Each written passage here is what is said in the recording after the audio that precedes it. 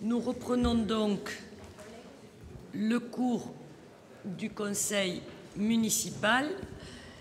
J'ai deux pouvoirs. Notre collègue Elisabeth Malem a donné pouvoir à Laurence Casalis et notre collègue Delio Ménène donne pouvoir à Guy Laurent. Donc nous reprenons avec, nous étions rendus aux taxes et produits irrecouvables, nous reprenons avec le point 5 du chapitre Finances, subventions aux associations, et pour la commission Vie associative, sport et culture, Monsieur Vatan. Oui, bonjour Madame le maire, chers collègues. Donc juste deux points au titre des subventions de fonctionnement. L'une concerne l'association Breaking School Production, pour laquelle vous avez donc la nouvelle convention annuelle d'objectifs et de moyens en pièces attachées disjointes du document qui a été remise à jour. Vous aviez une version provisoire. Bon, il n'y a pas de changement sur le fond, hein, c'est juste les objectifs pédagogiques qui ont été détaillés et un certain nombre de précisions ont été apportées et des corrections ont été faites. Voilà, donc nous vous proposons de leur donner donc une subvention de 4 000 € pour couvrir notre participation à l'animation de l'école de hip-hop sur Colomiers, sachant que nous travaillons avec Breaking School sur une convention plus large pour 2015 et que cette convention devrait vous être présentée au prochain conseil municipal. Merci, Monsieur Vatan. La deuxième demande de subvention concerne l'association Eguski Loreak Dansan, donc une des deux associations basques de la ville de Colomiers, pour laquelle nous proposons une... Alors c'est une association qui est très active, pas uniquement sur Colomiers, mais énormément donc sur la métropole et puis également à l'extérieur, et pour laquelle nous proposons une subvention de 800 €. Merci, Monsieur Vatan. On poursuit et puis vous pourrez vous exprimer et revenir ensuite sur chacune de ces subventions, le cas échéant, avec Monsieur Briançon pour l'association Handisport. Oui, il s'agit de l'association Colomiers Handisport ex-Chouski Club de Colomiers, donc qui ne fait plus uniquement que du ski et qui propose d'accompagner des personnes en situation d'handicap dans la pratique sportive, et donc une subvention de 2 800 €. Merci, Monsieur Briançon. Madame Casalis. Oui, Madame le maire, chers collègues, donc deux subventions aux associations au titre de subventions de fonctionnement. La première pour l'association Union des commerçants pour le développement de Colomiers. Donc je vous rappelle l'importance en fait de l'animation du centre-ville, notamment en fait la rue du Centre, pour avoir effectivement une qualité en fait de commerce et de services de proximité et contribuer à cette animation. La deuxième subvention s'adresse au club entreprise de Colomiers, avec un objectif en fait sur l'ouest toulousain qui permet de développer effectivement les relations entre le monde de l'entreprise et l'ensemble en fait des administrés. L'implication sur ce territoire est très importante eu égard en fait au nombre d'entreprises qui notamment en fait sont sur Colomiers. Donc montant en fait pour chacune de ces subventions 6 000 €. Merci. Merci, Madame Casalis. Est-ce que vous avez des interventions? Monsieur Laborde. Oui, Madame Casalis, juste une petite précision. L'Union des commerçants pour le développement de Colomiers, vous l'avez rappelé, va toucher 6 000 € de subventions. En est-il de même pour les autres associations de commerçants présents sur notre territoire? Et dernière petite question, mais c'est juste une remarque. Je vous fais également remarquer qu'il n'y a pas de convention dans les annexes qui suivent entre l'UCDC et le club d'entreprise de Colomiers. Est-ce que c'est normal? Voilà.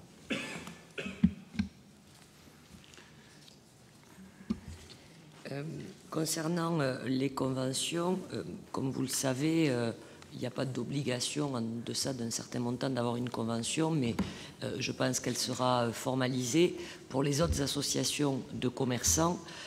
Comme vous le savez, on leur demande véritablement de porter une vision commune et de se rapprocher. Donc c'est la seule association qui est un petit peu fédérée et qui a une visibilité, donc qui nous fait une demande. pour une autre à laquelle je pense et qui pourrait avoir des sollicitations, elles sont plus ponctuelles à l'occasion de manifestations plutôt d'appui logistique. Donc on est dans ce cadre-là actuellement, mais c'est un cadre qui pourrait évoluer. S'il vous plaît. Oui, monsieur. On avait demandé de dissocier les votes, notamment parce qu'il n'y avait pas de convention sur les 2 dernières subventions. Et pour rester cohérent, là, on nous donne des conventions pour des subventions de 800 €. Est-ce qu'on ne peut pas attendre le prochain conseil municipal et bénéficier de ces conventions-là de manière à en voter en connaissance de cause? Non, parce qu'il s'agit de subventions au titre de 2014 et donc il convient d'allouer ces subventions à ces 2 partenaires. Je rappelle que notamment pour le club d'entreprise de l'Ouest toulousain, il participe à de nombreuses actions. Thérèse Moisan pourra en témoigner, notamment concernant l'emploi, au Forum pour l'emploi qui se tient au mois de mars de mémoire. Il participe également à des rencontres, il coach les entreprises, les chefs d'entreprise qui participent à ce club se sont engagés à faire du coaching d'entretien pour des personnes en situation de recherche d'emploi. Voilà, peut-être Thérèse pourra en ajouter, mais tout ça peut être formalisé et doit être formalisé dans une convention, mais la réalité de leurs actions connues, je pense, au sein de cette Assemblée, doit suffire à approuver ce montant qui est tout à fait modeste. Quant à l'Union des commerçants, je crois qu'on peut dire la même chose aussi. Je voudrais qu'il soit porté au PV que pour la première fois depuis le début de la mandature, le Conseil s'apprête à voter une subvention sans qu'il y ait de convention, c'est-à-dire sans qu'il y ait de définition des droits et des obligations et de l'objet de la convention. Voilà. Et nous souhaitons que les 3 votes soient dissociés.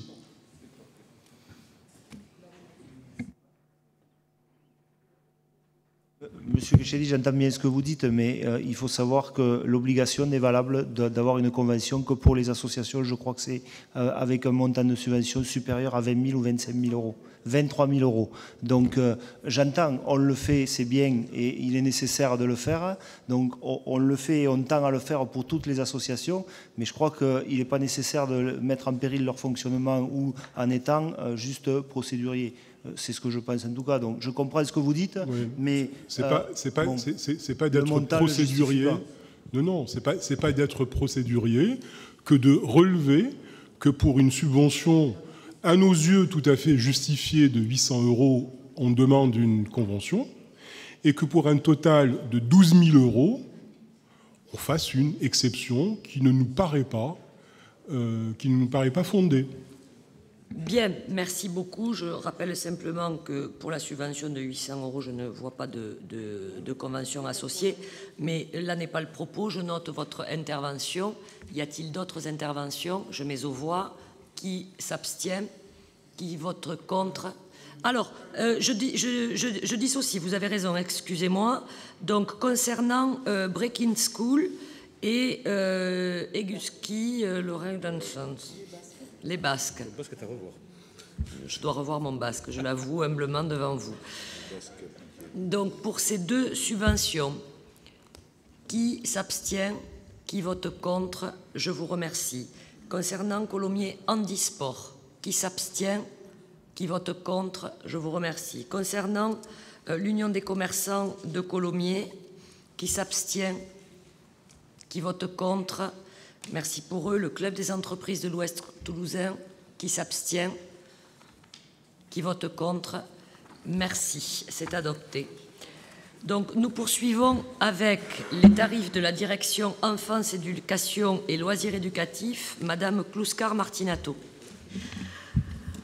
Oui. Donc une délibération concernant plusieurs structures et plusieurs dispositifs. Donc dans un premier temps, la location du centre de loisirs du Cabirol, qui est une structure qui est très demandée pour des fêtes familiales.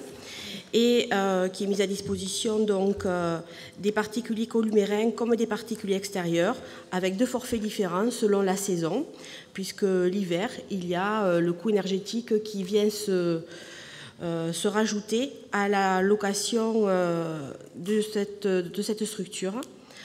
Et donc, une augmentation moyenne des tarifs de l'ordre de 2 à 3% est effectuée en lien avec le coût du service réalisé, le coût de fonctionnement, en lien effectivement avec l'énergie, l'entretien et le coût du personnel qui vient réaliser les nettoyages une fois la location finalisée.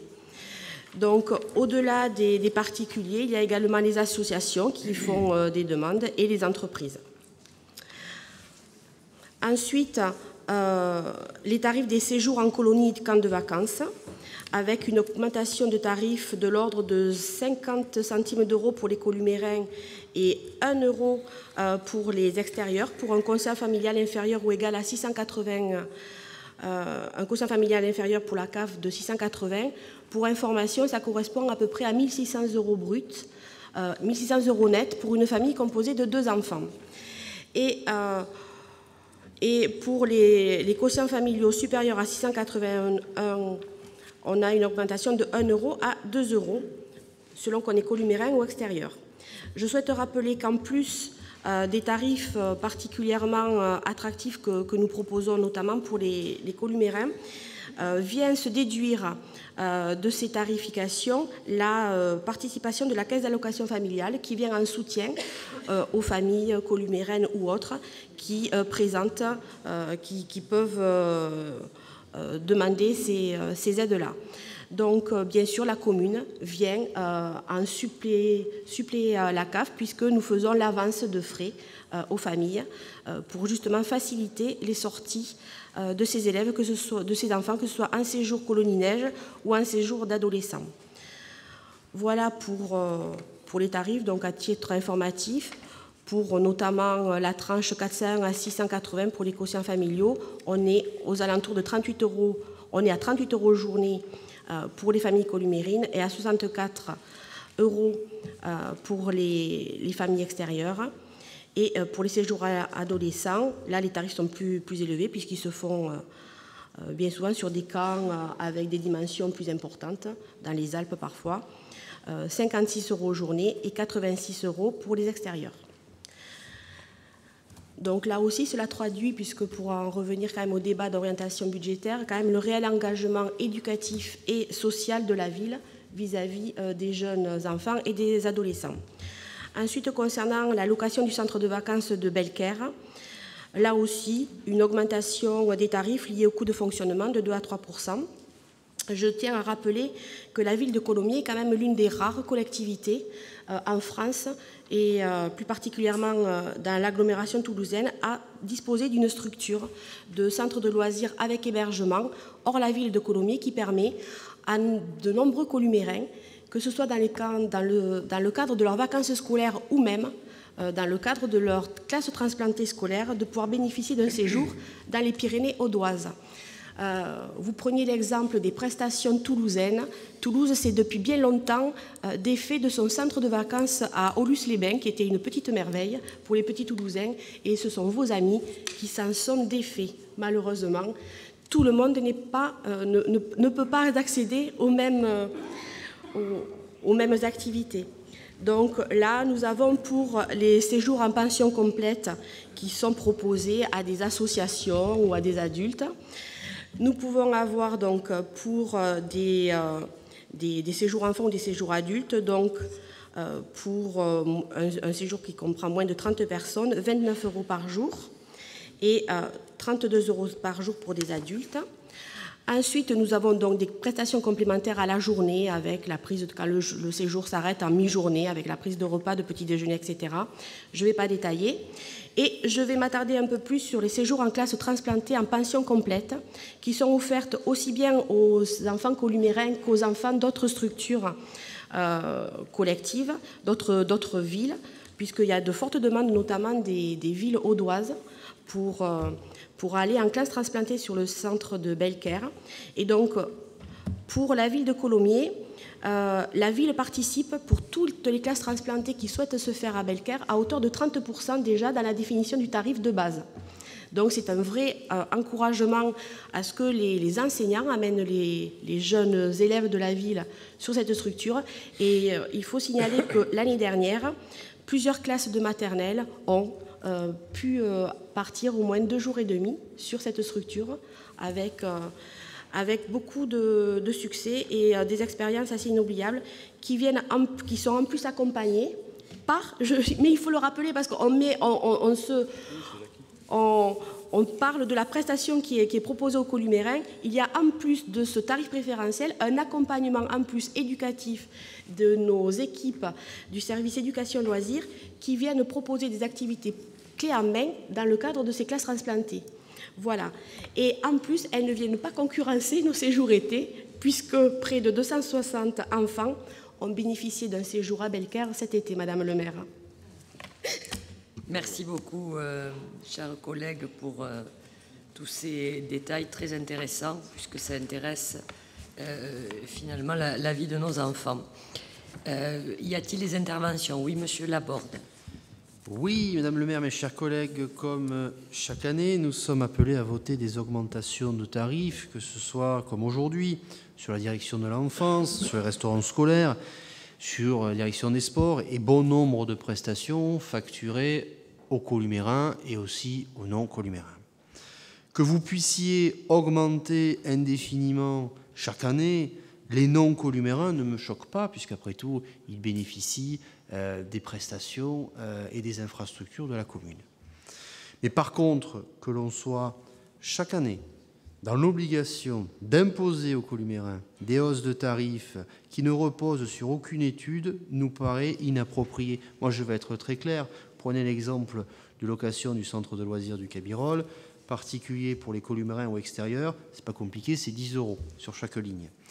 Nous allons donc, vous l'avez compris, voter systématiquement contre les hausses de tarifs que vous proposez aux columérins, comprenant, Madame le maire, que vous ne pouvez pas les relier à une inflation quasi nulle, mais au moins qu'en début de mandat, vous puissiez annoncer aux columérins 2 ou 3 hausses sur l'ensemble des prestations de la mairie sur votre mandat, ciblées et non, comme c'est le cas, généralisées, afin de ne pas faire peser un coût supplémentaire sur les habitants columérins, déjà asphyxiés par, malheureusement, des augmentations d'impôts. Il me semblerait logique. Merci, mes chers collègues. D'autres interventions? Oui, Monsieur Rémy Vincent. Nous sommes assez étonnamment en accord avec ce que vient de dire Monsieur Laborde. Nous ne prendrons pas notre carte à l'UMP, mais sur ce point-là, nous nous retrouvons. Attention, ça arrive souvent. Qu'est-ce qui arrive? Que vous soyez d'accord avec M. Sur l'austérité, c'est vous qui êtes d'accord avec l'UMP, par contre. C'est un point différent. Il y a un petit peu d'opacité pour nous sur les 2 à 3% d'augmentation moyenne. Bon, évidemment, l'inflation est trop basse actuellement pour que ça explique ces 2 à 3%. Donc nous nous abstiendrons sur l'ensemble de ces augmentations de tarifs. Madame Closcar-Martinato.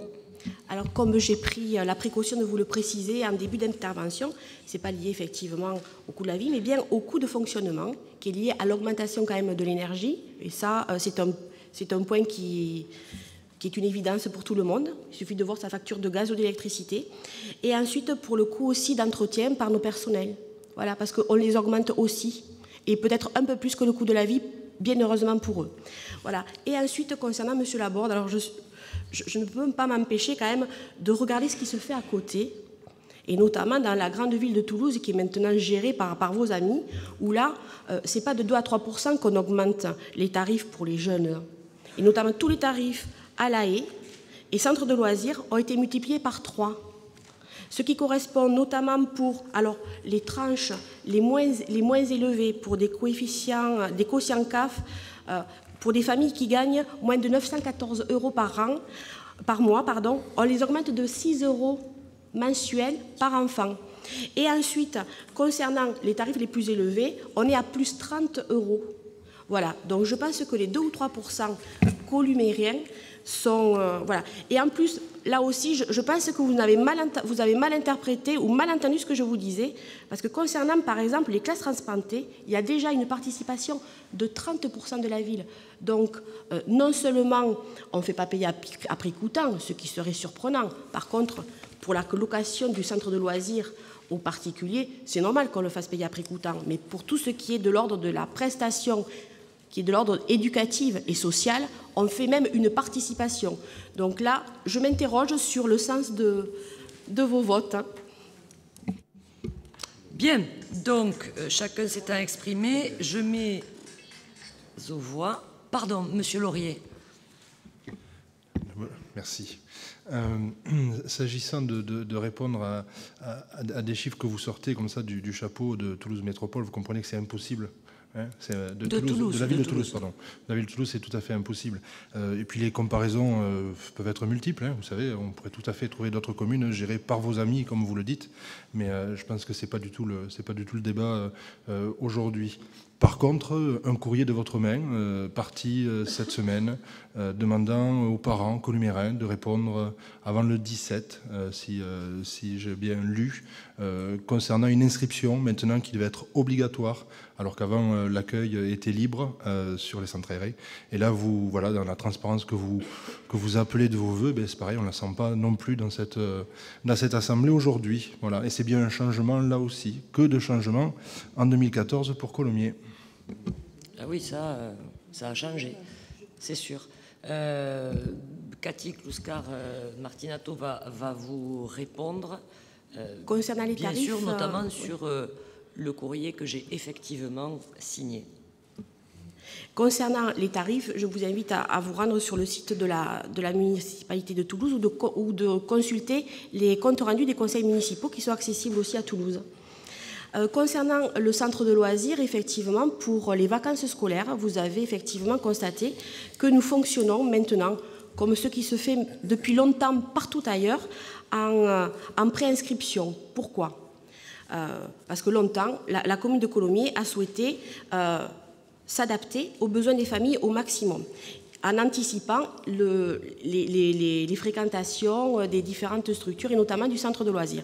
Or, aujourd'hui, depuis quelques années maintenant, depuis au moins 2 ans, nous constatons qu'il y a des évolutions notables de fréquentation qui amènent nos équipes à devoir se remettre en configuration très rapidement face, par exemple, à une arrivée importante d'enfants. Quand il y a 50 enfants qui arrivent le matin au centre de loisirs et qu'on n'a pas la capacité, le nombre d'encadrants ou prévu le nombre de repas nécessaires, ça nécessite à nos collaborateurs vraiment une très grande réactivité.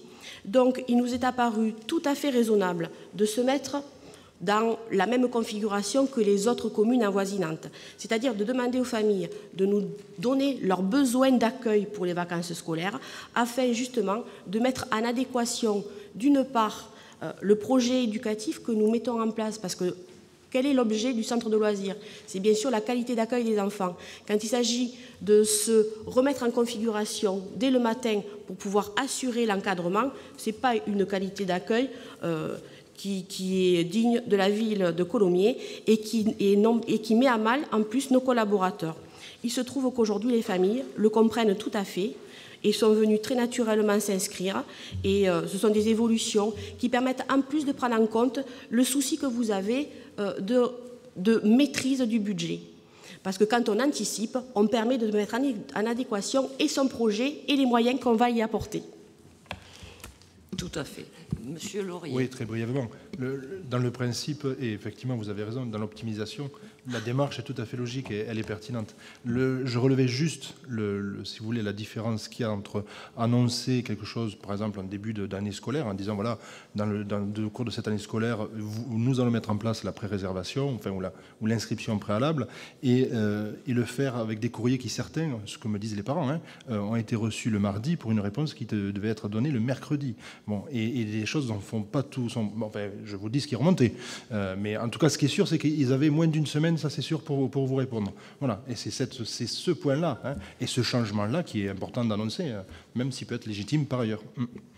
Mais je vous rassure, la flexibilité des services est maintenue, et pour toutes les personnes qui arrivaient un peu au-delà du délai d'enregistrement, il n'y avait pas de souci. C'est juste de savoir vendredi midi combien nous aurions d'enfants lundi matin. Voilà. Bien, j'avais comme vous, Monsieur Laurier, relevé ce point. Effectivement, quand j'ai signé ce courrier, j'ai considéré aussi que quelques jours étaient un peu difficiles pour l'adaptation des parents. On m'a assuré de la souplesse du dispositif. Bon, finalement, que l'annonce soit faite en septembre ou en janvier ne change pas grand-chose, mais je vous accorde en effet que nous devons faire preuve de souplesse en attendant que chacun prenne en compte le nouveau dispositif. Je mets donc aux voix sur ces tarifs. Qui s'abstient? Qui vote contre? Je vous remercie. Madame Kluskar-Martinato, vous poursuivez avec la carte VIA, le règlement et tarifs de la carte VIA. Merci Madame le maire. Donc effectivement, la ville de Colomiers a choisi de mettre en œuvre un système de carte de vie quotidienne visant à faciliter l'accès et le paiement des activités municipales et déployé dans un premier temps sur les activités péri- et extrascolaires. Le choix de déploiement sur les écoles et les centres de loisirs a été dicté avant tout par une obligation posée par la Caisse d'allocation familiale aux communes organisant des accueils péri- et extrascolaires. Ceci rentre en effet dans le cadre d'une convention de partenariat signée avec la CAF, au titre de laquelle cette dernière verse à la commune une aide au fonctionnement sous forme de prestation de services, sous réserve de la fourniture d'État, justifiant les heures facturées aux familles et le temps réel de présence des enfants dans les structures. La CAF de Haute-Garonne a accordé à la ville de Colomiers une dérogation jusqu'au 31 décembre 2014. En effet, c'était obligatoire à partir de janvier 2011 dans certaines communes et nous avons pu déroger à cette demande afin de pouvoir informatiser le suivi des présences, seule solution pour répondre à cette obligation. La carte VIA donc répond tout à fait à cette nécessité. Dans un objectif de modernisation des services offerts aux usagers, la municipalité a choisi d'associer aux cartes des enfants, nécessaires pour calculer les temps de présence, un portail citoyen qui permet également de réaliser des démarches en ligne, demande ou modification d'inscription, visualisation des présences des enfants par les familles, visualisation et paiement des factures, et à moyen terme aussi, faciliter les communications. Par exemple, l'information aux familles, qui pourra être diffusée directement par ce portail Internet. Ce portail a vocation donc à être enrichi de nouveaux téléservices. La présente délibération vise donc à adopter le règlement de service carte VIA définissant ses règles d'utilisation. Au regard du coût de renouvellement des cartes pour la collectivité, elles ont été effectivement fournies gratuitement à l'ensemble des enfants de la commune. Il est proposé que cette carte VIA soit facturée 2 € l'unité, au-delà de la première carte, en cas de perte ou de dégradation. Voilà, toute carte supplémentaire sera ainsi adressée aux familles et facturée de cette somme forfaitaire, ainsi que le cas échéant des frais de port au tarif en vigueur. Voilà, Madame le maire. Merci beaucoup. Des demandes d'intervention. Oui, madame. Oui. Bonsoir. Juste un point de détail qu'on avait déjà... Excusez-moi.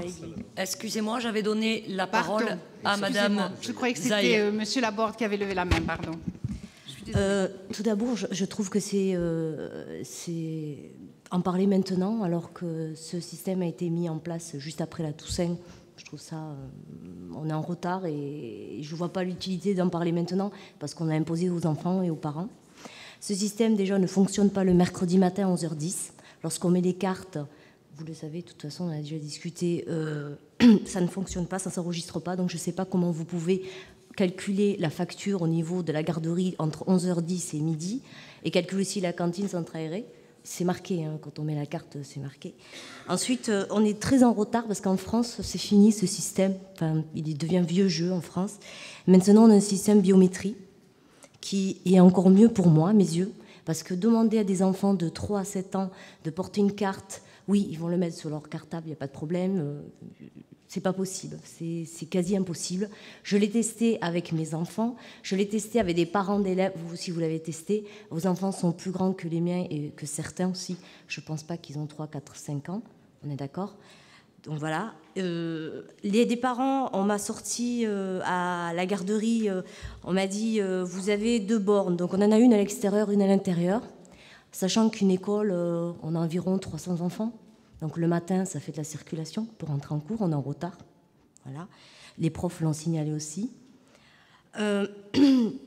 Ensuite, nous, on avait proposé tout ce qui était digital, avec la petite main, mettre dans une borne. On ne prend pas les empreintes des enfants non plus, donc il n'y a rien enregistré. On ne fait pas un fichier opaque sur les enfants de Colomiers.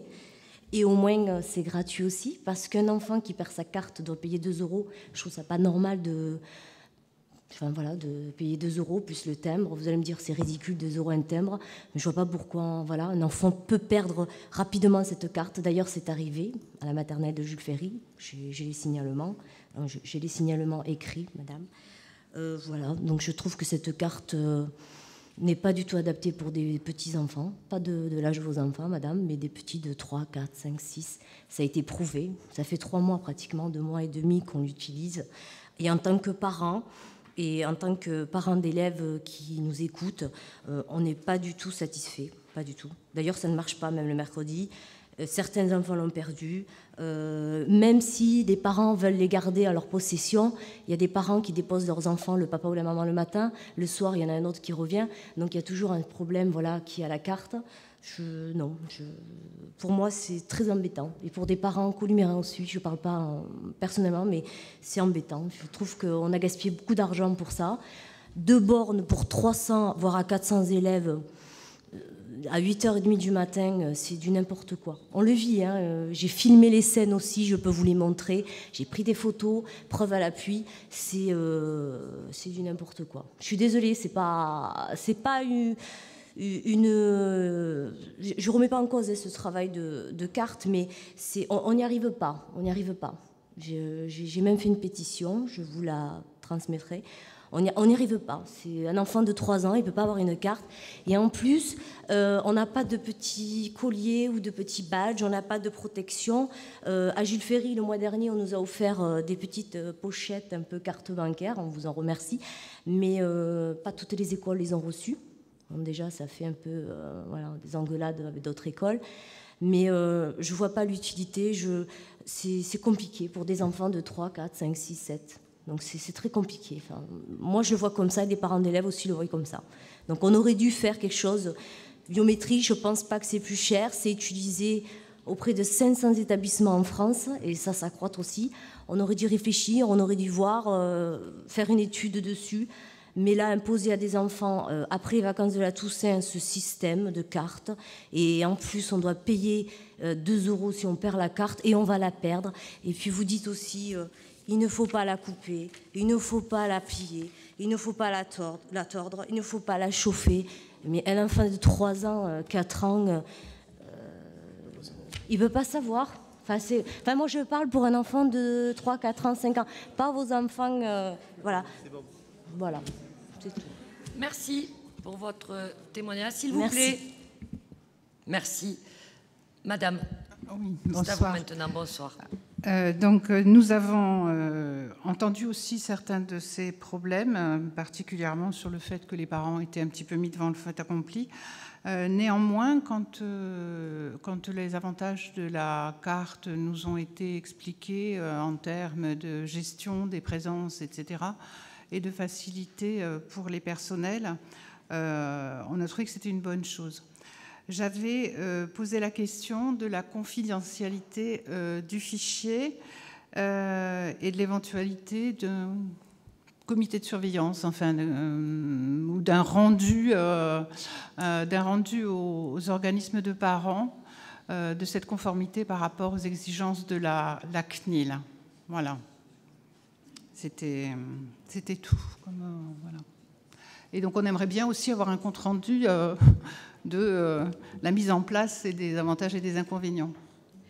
Merci, madame. Madame Kluska. Ce sera fait.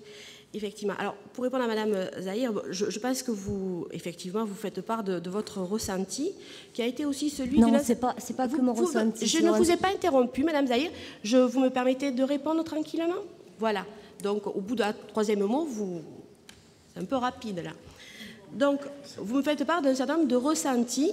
Vous avez remarqué que nous avions écrit à l'ensemble des familles pendant les vacances de Toussaint, que moi, d'ailleurs, j'avais rencontré les représentants de parents d'élèves, également pour les informer de ce dispositif qui avait déjà été annoncé l'année précédente en plénière éducation déjà, en octobre 2013.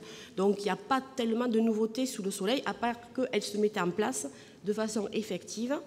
Et donc nous avions d'ailleurs préparé cette mise en œuvre, puisque des vacances de Toussaint à aujourd'hui, jusqu'aux vacances de Noël, il s'agissait d'une période de test. Parce qu'effectivement, comme toute chose un peu complexe à mettre en œuvre, il fallait se rendre compte des bugs informatiques, des dysfonctionnements éventuels. Et l'ensemble des équipes, à la fois des services informatiques et aussi des services éducation et loisirs éducatifs, ont suivi ce dispositif pour justement faciliter, mettre en place toutes les résolutions de problèmes qui leur remontaient au fur et à mesure. Donc concernant, vous me faites part du mercredi matin, effectivement là il s'agit d'un paramétrage qui va se faire assez rapidement. C'est au niveau informatique une itération informatique qu'il faut mettre en place. Et concernant la garderie, il se trouve que ce n'est pas un temps qui est subventionné par la CAF. Donc aujourd'hui, c'est un temps qui est subventionné, qui est payé aux familles à l'heure, par les familles à l'heure, et qui n'a pas de subvention CAF, donc qui n'est pas relié à ce dispositif. Concernant ensuite, effectivement, au début de la mise en place du dispositif, on a constaté un certain nombre d'embouteillages sur les bornes. Les temps de passage des bornes étaient de l'ordre de 10 secondes, ce qui était trop long. Ils sont aujourd'hui de l'ordre de 3 secondes, ce qui est comparable à ce qui se fait à Pibrac. Je vais arrêter de citer Toulouse, ça vous fâche. Donc Pibrac, on est de l'autre côté. Et à Pibrac, ils ont le même dispositif qui fonctionne de 3 ans à 11 ans dans toutes les écoles. Et j'ai pas eu des retours comme quoi il y avait eu des traumatismes forts de la part des enfants. Donc effectivement, aujourd'hui, les retards en classe sont quasi inexistants, sauf problématiques particulières. Concernant en plus nos équipes d'animation accompagnent bien sûr les enfants, qu'il y a aussi des bornes mobiles qui permettent de désengorger le dispositif si jamais il y avait des pannes ou des problèmes effectivement lors des passages. Concernant le porte-carte, il a été distribué dans l'ensemble des écoles. Alors peut-être pas en même temps, mais si, il a été distribué à l'ensemble des écoles. Et ensuite, vous me faites part du non-fonctionnement de cette carte. Aujourd'hui, nous sommes à 75% d'enregistrement, et même plus. Donc ça veut dire qu'il fonctionne, et même sur certaines écoles, on est à près de 90%. Le défaut étant lié, des fois, à des problèmes de transmission de données. Concernant ensuite l'accompagnement, vous faites énormément cas des tout-petits, et effectivement, vous aurez remarqué que quand on est à l'école maternelle, les parents se doivent d'accompagner les enfants.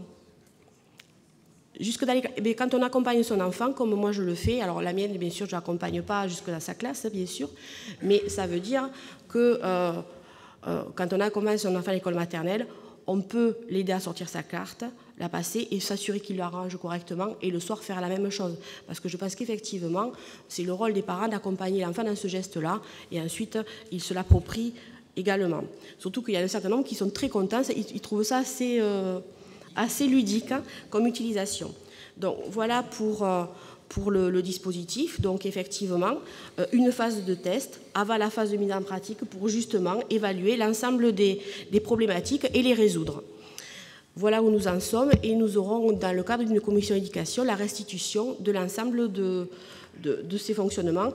Et vous parliez du coût important. Il n'est pas important au regard de l'obligation que nous avons vis-à-vis de la CAF, puisqu'aujourd'hui, il faut se rendre compte que pour un enfant qui vient à la LAE, qui fréquente la LAE pour 1 heure le matin, qui reste manger à la restauration municipale et qui reste le soir à la LAE 1 heure également, cela représente près de 240 € par an de subvention de la CAF. Donc il était impératif de mettre en place ce dispositif pour pouvoir être en conformité avec les demandes de la CAF, ne serait-ce que pour permettre à la commune de poursuivre cet accueil sur ces temps périscolaires, quand on sait que près de 90% des enfants, voire 95% des enfants, fréquentent le périscolaire sur la commune de Colomiers. Concernant la confidentialité, en fait, le fichier où sont la carte ne comporte aucune information particulière. Le fichier, c'est un fichier municipal qui répond aux obligations de la CNIL. Alors, je n'ai pas la compétence de pouvoir vous répondre en termes de confidentialité, etc., de dispositifs, mais nous sommes tout à fait en règle vis-à-vis de la CNIL. Ce qui n'est pas tout à fait le cas des dispositifs de biométrie qui interrogent énormément, notamment les parents d'élèves et notamment les parents d'élèves FCPE. Alors effectivement, vous me donnez le chiffre de 500 établissements scolaires. C'est beaucoup, mais c'est peu en relation avec l'ensemble des établissements scolaires qui existent sur le territoire français. Et en plus, le dispositif de biométrie, effectivement, il est très pratique, mais il a l'inconvénient de ne pas s'adapter à d'autres dispositifs que, par exemple, la restauration scolaire, ce qui est le cas, par exemple, sur le collège de Léon Blum. Or, notre dispositif a pour vocation à être utilisé au-delà du périscolaire ou de l'extrascolaire, mais bien sur l'espace nautique aujourd'hui, ce qui est en cours également sur la commune, demain pour aller à la médiathèque, pour aller au cinéma, etc. C'est-à-dire d'avoir une carte qui sera polyvalente et qui permettra d'accéder à un certain nombre de dispositifs. Bien, merci beaucoup Madame Clouscar. Monsieur Laborde. Oui, pour conclure rapidement sur ce sujet, parce que même si on est quand même relativement avancé dans l'heure, on ne va pas non plus y passer la nuit. Il est évident que notre groupe va voter contre, non pas le fait que vous puissiez, et c'est une bonne chose, vouloir optimiser la gestion de la facturation sur les prestations rendues aux familles dans le cadre du service éducation enfance, c'est tant mieux, même si on estime que ça arrive un peu tard, que d'autres communes l'ont déjà mis en place, et vous l'avez rappelé depuis belle lurette. Mais par contre, vous l'avez dit en début de mandat, vous l'avez même rappelé aujourd'hui, ce soir, vous avez fait de votre mandat une priorité, c'est celle de l'éducation, et que l'on ne comprend pas aujourd'hui pourquoi vous utilisez une technologie qui est déjà considérée comme obsolète, qui pose des problèmes aux familles. Là aussi, la mettre en application en plein milieu d'une période scolaire et ne pas utiliser une technologie nouvelle qui a fait ses preuves sur le terrain avec un certain nombre d'établissements scolaires qui l'ont mis en application, qui est celle de la biométrie, permettant à la fois un gain et une efficacité supplémentaire par rapport à cette fameuse carte, et surtout, une main, ça ne se perd pas, contrairement à une carte. Merci, Madame le maire. Alors, je ne veux pas que Madame Clouscar-Martinato se sente frustrée, et je pense qu'elle a encore quelques réponses à vous apporter. Je lui donne donc la parole. Oui, j'avais remarqué que vous en avez fait un sujet d'intérêt principal puisqu'il avait occupé l'ensemble de votre droit de... dans le columérin, d'expression dans le columérin, et j'avais trouvé ça faire beaucoup de cas de cette carte compte tenu du débat par exemple d'orientation budgétaire que nous avions tout à l'heure. Donc je pense que c'est que vous aviez peu de choses à nous raconter. C'est un petit point. Ensuite, je vais pas rappeler ce que je viens de dire à Madame Zahir concernant l'utilisation de la carte. Je pense, s'il vous plaît, que ce sont des jugements de valeur qu'on devrait s'interdire en... Monsieur Kéchidi, s'il vous plaît, voilà. C'est moi qui distribue la parole et qui fait la police, pour utiliser cette expression que je n'aime pas par ailleurs, de cette assemblée. Donc, Monsieur Laborde manifeste, comme d'habitude, en tapant sur la table, mais nous ne lui en voulons pas. Monsieur Laurier se prend la tête entre les mains et je demande à Madame Clouscar de conclure en 2 mots. Merci. Donc, ensuite, je ne pensais pas qu'il aurait été adapté, par exemple, de mettre en place ce dispositif à la rentrée scolaire. compte tenu de l'ensemble des modifications qui avaient lieu sur la commune. Entre les nouvelles écoles ouvertes, les changements de rythme scolaire, il me semblait qu'il y avait suffisamment de changements justement vis-à-vis des enfants et des familles pour ne pas rajouter en plus à ce dispositif. Et il me semblait beaucoup plus, en termes de déroulé de processus, d'attendre les vacances de Toussaint, avoir ce temps de phase d'adaptation avant de la mettre en place de façon très efficiente à partir de janvier. Merci Madame Clouscar. Je mets donc aux voix le règlement et les tarifs de la carte VIA. Qui s'abstient? Qui vote contre? Je vous remercie et nous faisons au mieux pour progresser. Tarif maintenant de la direction sport, culture et développement associatif. Monsieur Briançon pour l'espace nautique Jean Vaucher. Oui, Madame le maire, mes chers collègues, je ne referai pas l'explication qu'a fait Cathy Clouscar puisque c'est la même explication pour l'espace nautique Jean Vaucher. Je m'adresserai juste en forme de boutade à Monsieur Laborde qui est si prompt à regarder les augmentations, lui signaler que les tarifs de l'espace nautique n'ont pas augmenté depuis 3 ans et que donc cette année il y aura une augmentation de 3%. Je n'ai pas dit que c'était une raison, c'est juste une boutade pour M. Bien. Qui veut prendre la parole? Monsieur Rémy Vincent. Merci Madame la maire. Pour les mêmes raisons, nous allons nous abstenir en pensant que dans la période actuelle, une municipalité peut servir d'amortisseur à l'augmentation du coût de la vie et que ça aurait pu être un choix politique de ne pas augmenter les tarifs, même si nous comprenons d'où ils viennent et qui viennent de coûts qui ne vous sont pas imputables à vous. Donc nous abstiendrons. Merci. Monsieur Laborde. Oui, je ne vais pas répéter ce que j'ai dit. Tout simplement, ça ne va pas vous surprendre. Notre groupe votera contre. Merci. Donc, je mets aux voix. Qui s'abstient? Qui vote contre? C'est adopté. Je vous remercie. Alors, nous terminons, non pas tout à fait encore, presque le chapitre finances avec l'autorisation d'engagement des crédits d'investissement en 2015 dans l'attente du vote du budget primitif 2015. Monsieur Briançon.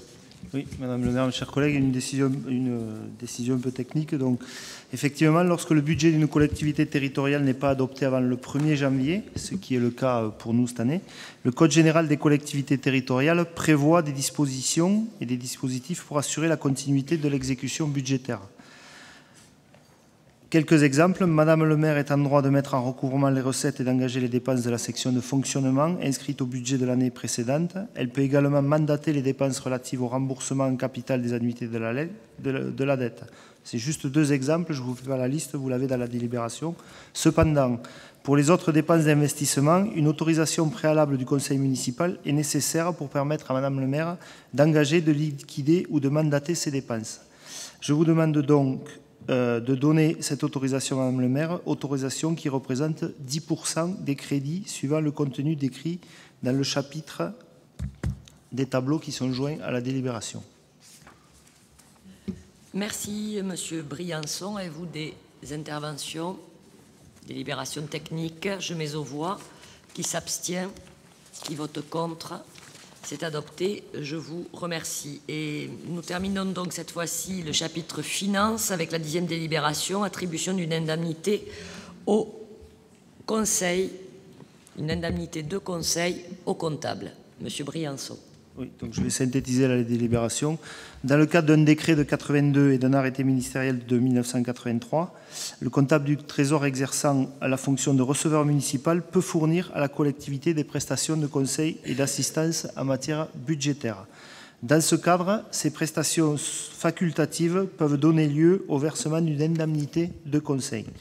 En décembre 2013, l'Assemblée délibérante avait adopté le versement de cette indemnité à M. Angle, le trésorier municipal, depuis le 1er mars 2013. Compte tenu du caractère facultatif de cette dépense, confirmée par la direction des finances publiques, dû également au fait que les services municipaux ont l'expertise suffisante, celle-ci ne sera plus versée à partir de 2015.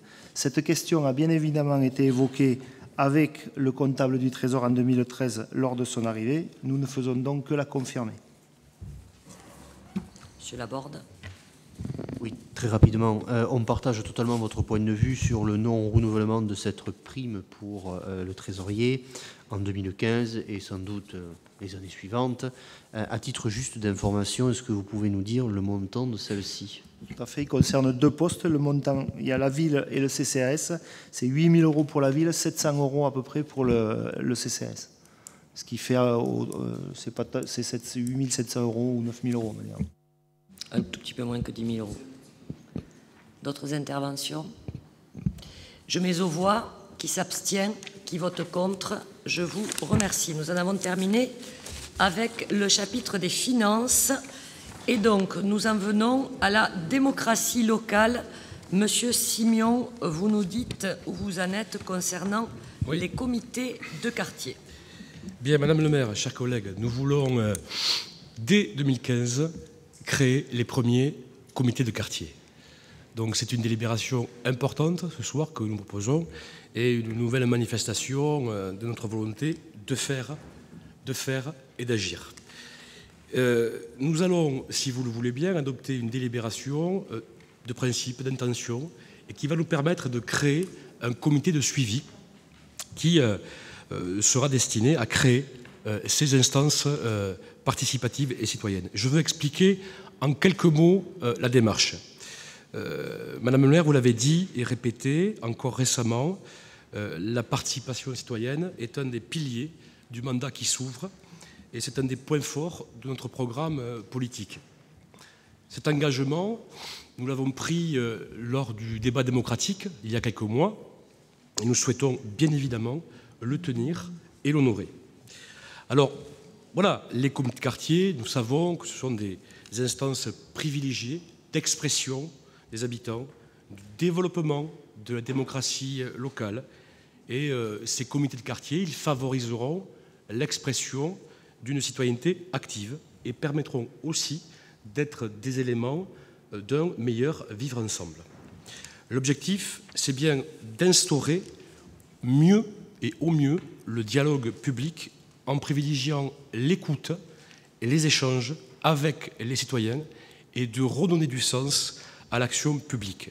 Nous avions évoqué ce point le 4 avril dernier lors de l'installation du conseil municipal avec notamment la distance que prenaient les citoyens avec la chose publique. On n'agit pas dans une ville quand on est un responsable politique contre, mais avec les habitants.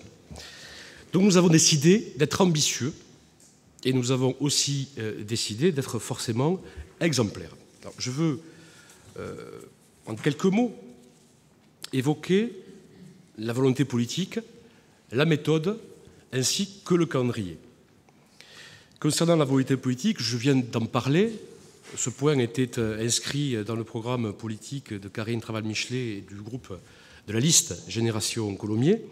Cette volonté politique, elle était claire, elle a été renouvelée. Et puis, effectivement, la mise en œuvre et la méthode sont importantes pour nous et nous souhaitons qu'elles soient pragmatiques et participatives. Parce que, chers collègues, on n'impose pas la démocratie participative, ou plutôt la participation citoyenne. On ne la pose pas comme n'importe quel autre projet. On ne l'oppose pas non plus du reste, d'ailleurs, avec la démocratie représentative que nous symbolisons ce soir. On fait partager cette ambition. Et on l'a fait partager, cette ambition, par un dialogue à tous les niveaux. Au niveau des élus, au niveau des citoyens, bien évidemment, au niveau des acteurs socio-économiques et des associations. C'est un point fondamental. Alors, je voulais aussi rappeler ce que nous avons fait quand même depuis 8 mois. Ça a du sens de rappeler un petit peu ce qui s'est passé. D'abord, le 4 avril 2014, Madame le maire, vous avez nommé un premier adjoint au maire délégué à la démocratie locale, ainsi qu'un conseiller délégué à la mise en œuvre des comités de quartier. C'est donc beaucoup plus qu'un simple affichage politique, c'est une volonté claire. Le 12 juin dernier, la commission démocratie locale et solidarité qui s'est réunie, et les membres de la commission ont pu, à travers un texte dont on peut dire qu'il est martyr ou qu'il est fondateur, c'est selon, ont pu débattre autour des questions des instances participatives et d'une démocratie locale renouvelée. Lors de la rentrée médiatique, Madame le maire, vous avez rappelé cette priorité dans l'année 2015. Et puis, au niveau des services municipaux, je veux également dire qu'en septembre 2014, s'est créée la direction vie citoyenne, démocratie locale. Le 3 novembre dernier, les membres de la commission démocratie locale et solidarité ont pu aborder une étude comparative que nous avons présentée, une étude qui permettait de faire de l'intercomparaison, de l'étalonnage entre des villes, 3 villes en l'occurrence, qui avaient mis en place depuis 10 ans ces instances participatives et citoyennes. Je veux les rappeler rapidement, parce que ça avait du sens de prendre ces villes, parce qu'elles étaient à peu près de la même strate démographique que Colomiers, et puis parce qu'il y avait aussi une importance d'avoir un exemple local à proximité. Donc La Roche-sur-Yon, Saint-Herblain et la ville de Blagnac ont été choisis, et donc nous avons pu comparer les expériences en termes d'organisation, de gouvernance, de méthodologie. Le 8 décembre dernier, la commission de démocratie locale et solidarité se réunissait pour étudier la délibération que nous étudions ce soir. Et puis je veux quand même aussi dire, au-delà de cette question des comités de quartier, je veux dire toute la démarche qui a existé depuis 8 mois de ce dialogue columérin renouvelé. Je veux prendre quelques exemples. Nous avons réuni au groupe scolaire Lucie-Aubrac des parents d'élèves et la communauté éducative qui avaient besoin d'explications sur les accès au groupe scolaire Lucie-Aubrac. D'ailleurs, nous ferons une nouvelle réunion au mois de février ou au mois de mars. Nous avons organisé déjà 3 réunions publiques sur la rénovation de l'église Sainte-Radegonde. Nous avons, Claude Saralier et Laurence Casalis ont conduit des réunions publiques avec les commerçants, avec les citoyens titulaires et locataires d'un box au parking Rouergue pour évoquer les travaux à venir de ce important parking du plein centre. Marc Terrail, depuis août 2014, mène des réunions mensuelles dans le quartier du Sécheron pour évaluer avec les habitants et avec aussi les partenaires la dimension de tranquillité publique. Sur le Sécheron, nous avons également mené une action importante le 31 juin dernier avec les habitants et déjà les commissions thématiques sur ce quartier ont démarré. Je ne parle pas bien évidemment de la démarche que vous avez déjà initiée, Madame le maire, et que Laurence Casalis poursuit sur le quartier du Sécheron. Donc voilà, il y a aussi cette démarche importante de rencontres, de réunions publiques, de nouvelles relations entre les citoyens et l'institution. Je veux également rapidement vous parler du cadre réglementaire, parce que nous sommes une ville de 36 000 habitants et il n'y a pas d'obligation légale pour la ville de Colomiers de créer des comités de quartier, puisque c'est à partir de 80 000 habitants que cette création devient obligatoire. Néanmoins, vous avez compris qu'il y avait une volonté politique collective. Néanmoins, à partir du moment où nous créons ces comités de quartier, nous sommes dans l'obligation, bien évidemment, d'une décision par délibération du conseil municipal. Ce sera, je l'espère, dans quelques mois. Je veux évoquer le calendrier prévisionnel. C'est important d'avoir, il faut être très pratico-pratique dans ce type de démarche. Nous allons donc créer ce comité de suivi. Comité de suivi où 3 élus de la majorité seront présents et puis bien évidemment un membre de chaque liste sera présent dans ce comité de suivi pour travailler. C'était fondamental pour nous d'associer bien évidemment les listes d'opposition. De janvier 2015 à mars 2015, ce comité de suivi se réunira plusieurs fois. Il va réaliser un document cadre qui permettra de poser les compétences, les modes de gouvernance, les fonctionnements, la méthodologie, les découpages. Donc nous allons travailler sur un document qui nous permettra d'aller après mars 2015, on va dire du mois d'avril jusqu'au seuil de l'été, nous allons aller vers les citoyens pour expliquer cette démarche. Je le disais tout à l'heure, ce serait incompréhensible d'imposer ces instances participatives sans que les citoyens n'aient reçu l'information et ne se soient exprimés.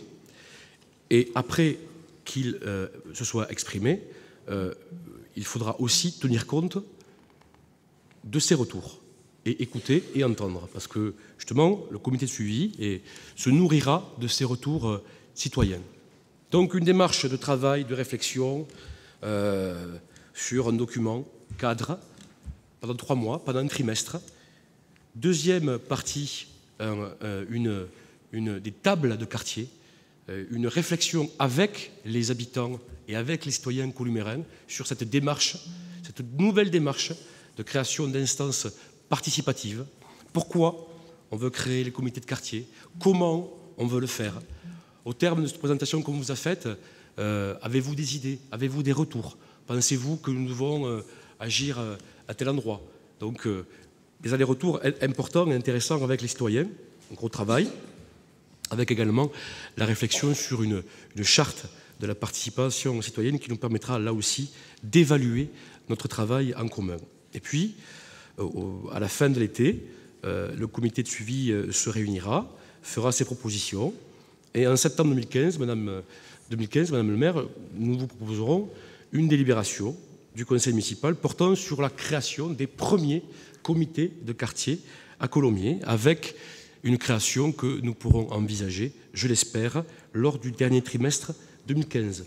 Donc, du pain sur la planche, beaucoup de travail et une réelle envie, une réelle ambition d'œuvrer dans ce domaine de la participation citoyenne essentiel pour les citoyens, d'être entendus et écoutés. Voilà.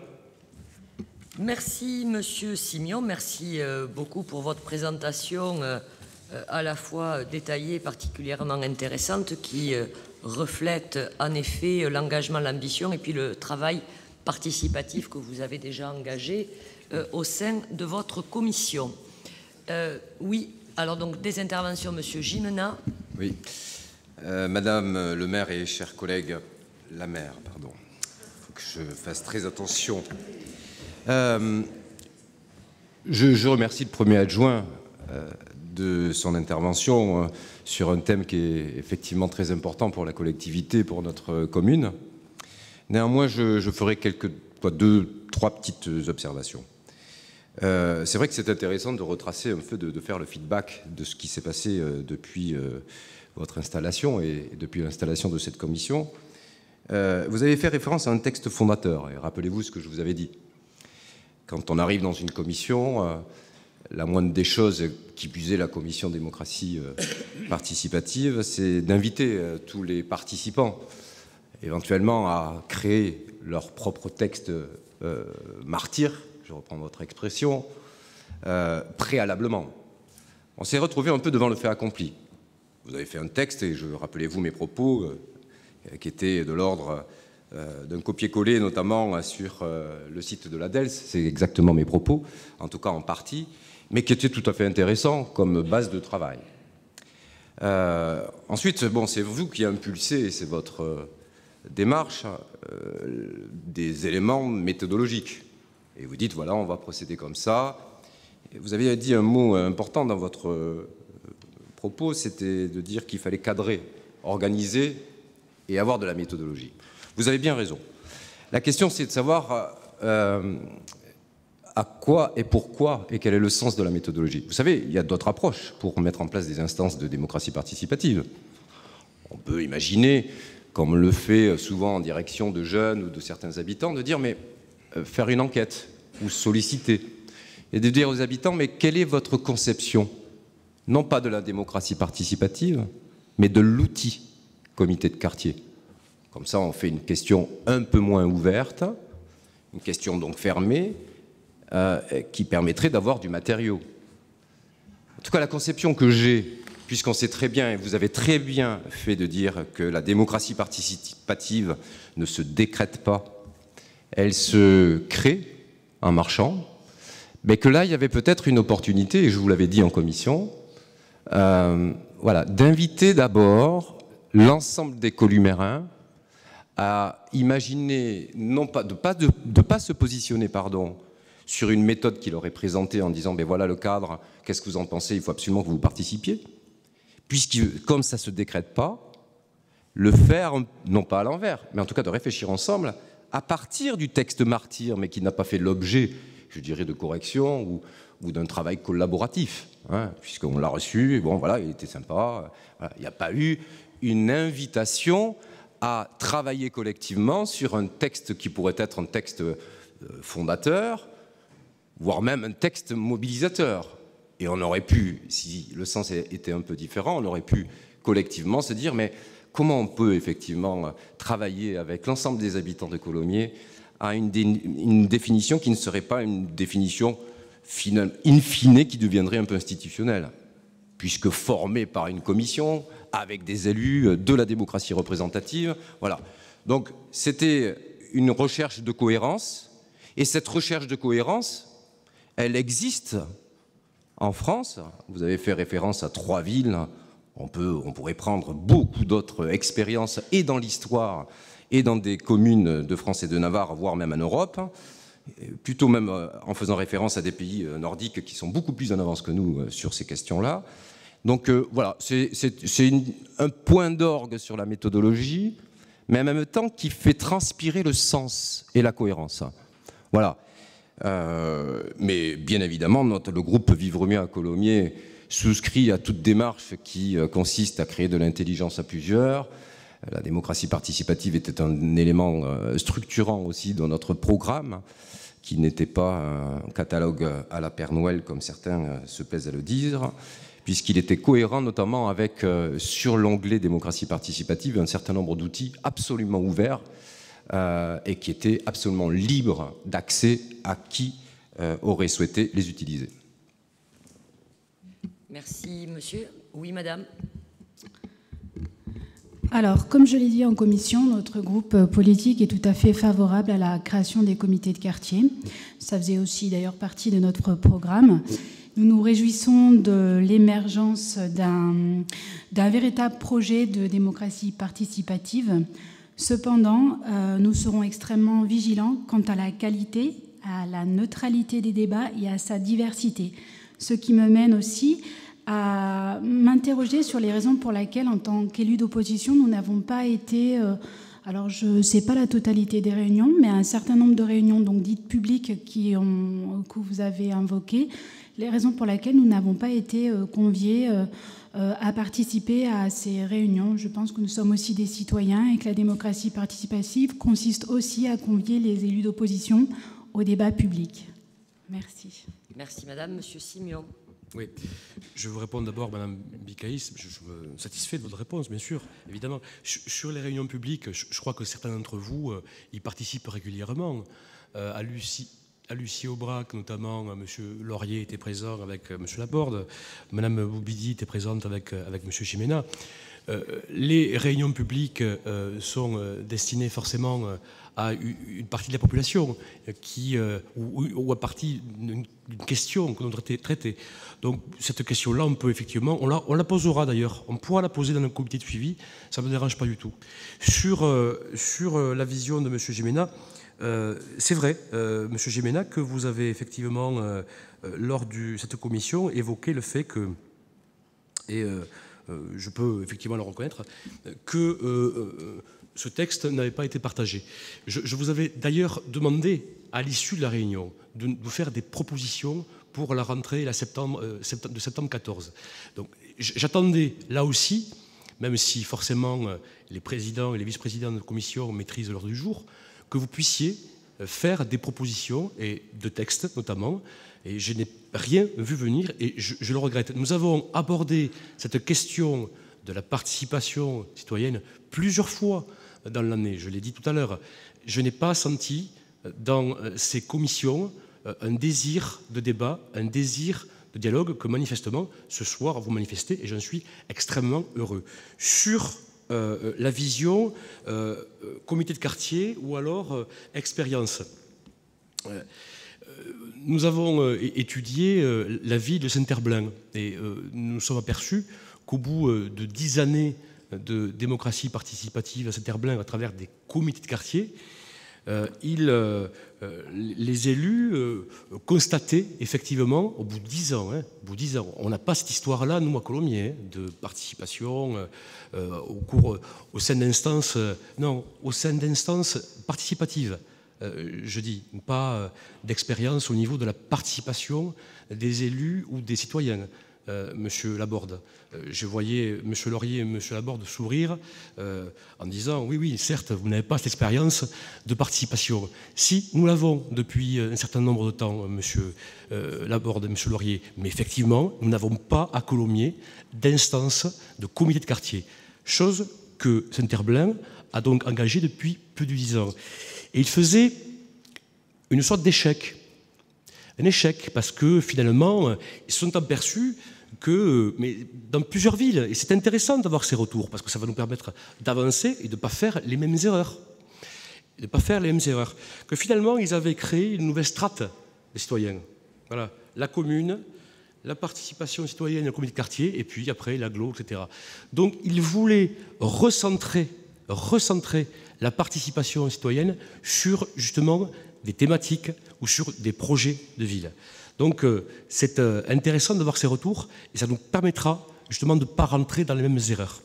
Sur, après vos derniers propos, M. Gimena, moi je vous invite à participer largement au travail de ce comité de suivi. Je suis convaincu que collectivement, nous serons efficaces pour proposer aux Coulumérains ces nouvelles instances qui ont un sens dans le dialogue que nous souhaitons instaurer, le nouveau dialogue citoyen columérain que nous souhaitons instaurer. Merci, Monsieur Simion. D'autres interventions? Oui, Monsieur Gimena. Non, simplement un petit tac au tac. Sur les réunions publiques, Cécile Bécaïs a raison. Nous étions présents à ces réunions parce qu'on nous a donné l'information par le réseau. Mais ça n'a jamais été une invitation en titre de conseiller municipal participer à une réunion publique.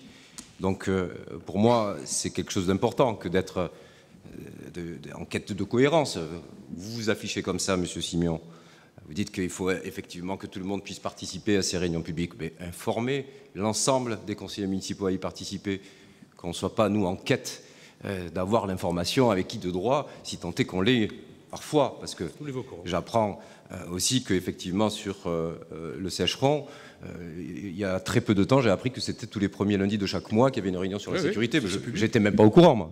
Personne ici n'était au courant. Mais c'est public, hein, Monsieur Gimena. Non, mais c'est peut-être public, mais vous comprendrez le sens de mon interrogation. Deuxièmement, vous dites que vous m'aviez invité à faire des propositions. Je suis désolé, il n'y a pas eu ce genre d'invitation. Et ce que je vous avais dit... Voilà. Et non, mais faites, hein. On n'est pas à 2 minutes près. Vous avez terminé? C'est bon? Bon.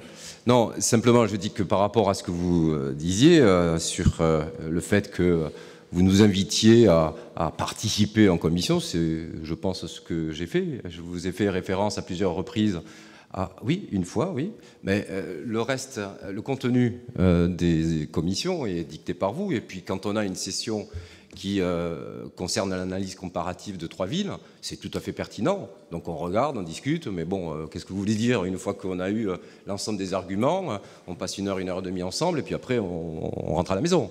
Donc voilà. Mais il y a eu des échanges. Il y a eu des échanges là-dessus. Vous ne pouvez pas dire qu'on est resté muet, quoi. Mais ce que je voulais dire, c'est qu'on souscrit tout à fait, bien sûr, à ce type de démarche. Mais voilà, la ficelle était un peu grosse dans vos propos pour dire que nous ne serions pas sur cette question-là dans une position constructive, ce qui n'est pas le cas. Voilà. Bien. Je sens, Monsieur Simion, que vous risquez d'avoir l'unanimité sur cette délibération fondatrice et je m'en réjouis. Par avance, je vais donc la mettre aux voix. Qui s'abstient? Qui vote contre? Eh bien, je vous remercie parce que c'est un dossier structurant et important. Merci à vous toutes et à vous tous. Attends, le comité de suivi, Madame le maire. Il faut désigner... Ah, je pensais qu'on approuvait juste la délibération. Alors, d'approuver les orientations générales, d'approuver la création du comité de suivi. Donc, 5 élus participants à la commission démocratie locale et solidarité, 3 sièges pour le groupe Génération Colomiers, 1 siège pour Vivre mieux à Colomiers et 1 siège pour Ensemble pour Colomiers. Pour ce comité de suivi, quelles sont vos propositions pour Génération Colomiers? Pour Génération Colomiers, donc Arnaud Simion, Christophe Corby et Thérèse Moisan, qui sont également membres de la commission démocratie locale et solidarité. Monsieur Laborde. Pour notre groupe Ensemble pour Colomiers, Cécile Bicaïs. Merci. Ce sera Patrick Gimena pour notre groupe. Merci. Donc, la création du comité de suivi, si elle est approuvée, sera composée comme il vient d'être indiqué. Je mets donc maintenant aux voix. Qui s'abstient, qui vote contre? Eh bien, je confirme mes remerciements à l'ensemble des élus. Nous poursuivons donc avec le chapitre relatif aux ressources humaines et le recrutement d'agents non titulaires pour effectuer des opérations de recensement. Donc vous le savez, les opérations de recensement constituent une mission obligatoire qui est organisée par l'INSEE, mise en œuvre par les communes, qui, dans ce cadre-là, se charge de mettre en place les moyens humains et matériels pour collecter les imprimés auprès des habitants. Il s'agit d'une opération nationale qui se déroule tous les ans dans les communes de plus de 10 000 habitants sur la période de janvier à février.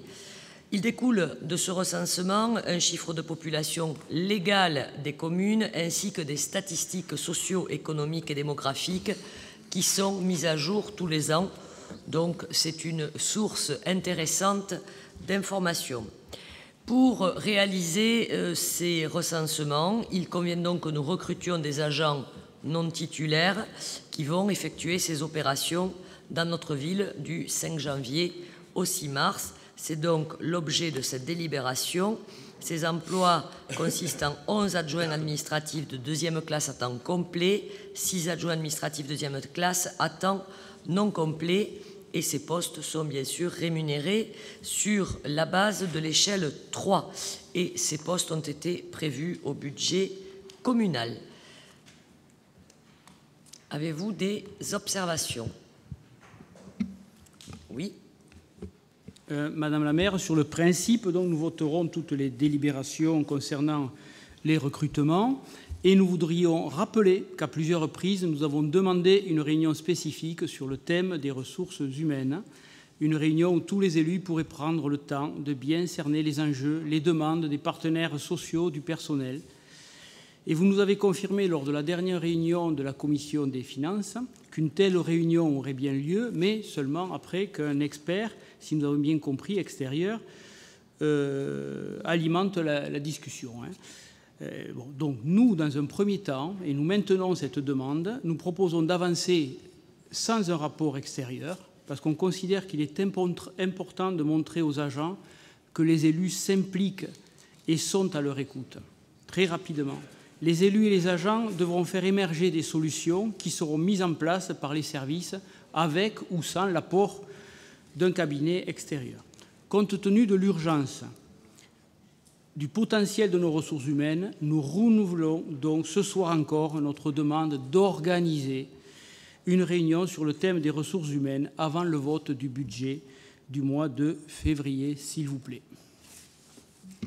Bien, je vais vous répondre sans détour. Non, je n'organiserai pas une réunion avant le vote du budget de février, car j'estime qu'il n'y a pas urgence. Je ne vois pas quel est le niveau d'urgence auquel vous faites référence.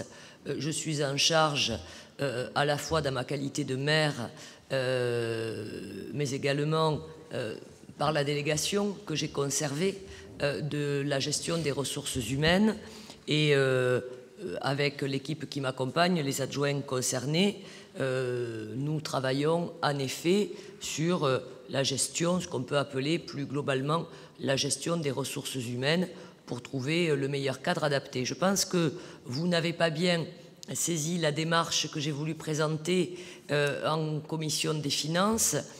Il s'agissait de ce dont j'ai parlé tout à l'heure lors du débat d'orientation budgétaire, de revoir et requalifier nos prestations, notamment dans le domaine du nettoyage de nos locaux scolaires, et de requalifier notre offre de services dans ce cadre-là, en considérant que si nous ne souhaitions pas augmenter le nombre d'agents et la masse salariale, alors même que les équipements augmentent dans leur volume et que les exigences parfois ont tendance également de nos partenaires à augmenter, il convenait de ne pas faire supporter sur nos collaboratrices et collaborateurs la charge supplémentaire et donc de retravailler sur le niveau de l'offre. Cela concernait spécifiquement ce point-là de l'entretien des locaux scolaires. Et parce que je crois qu'on peut entrer à la fois dans une démarche professionnelle, et c'est ce que je vous ai répondu, je ne pense pas que nous soyons, vous et moi, des experts de l'entretien des locaux scolaires.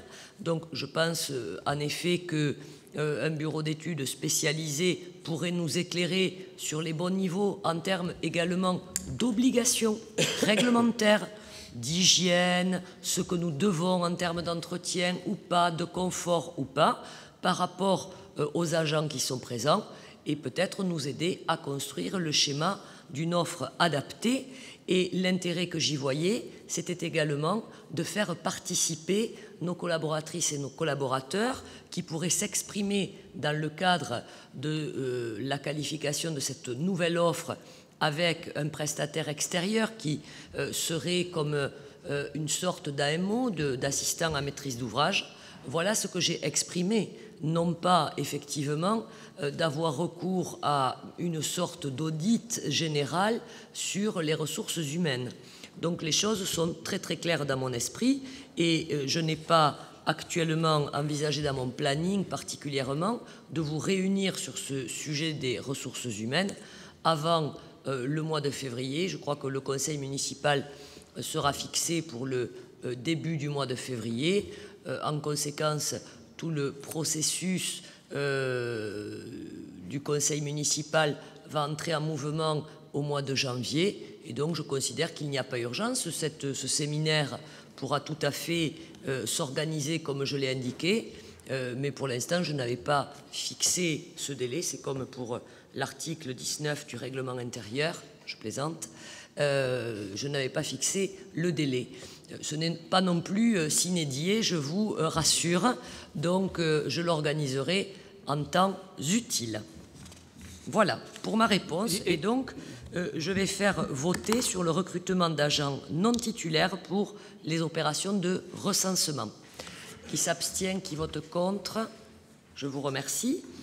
Une augmentation de temps de travail pour un poste d'animateur à la direction de la vie citoyenne, Madame Moisan.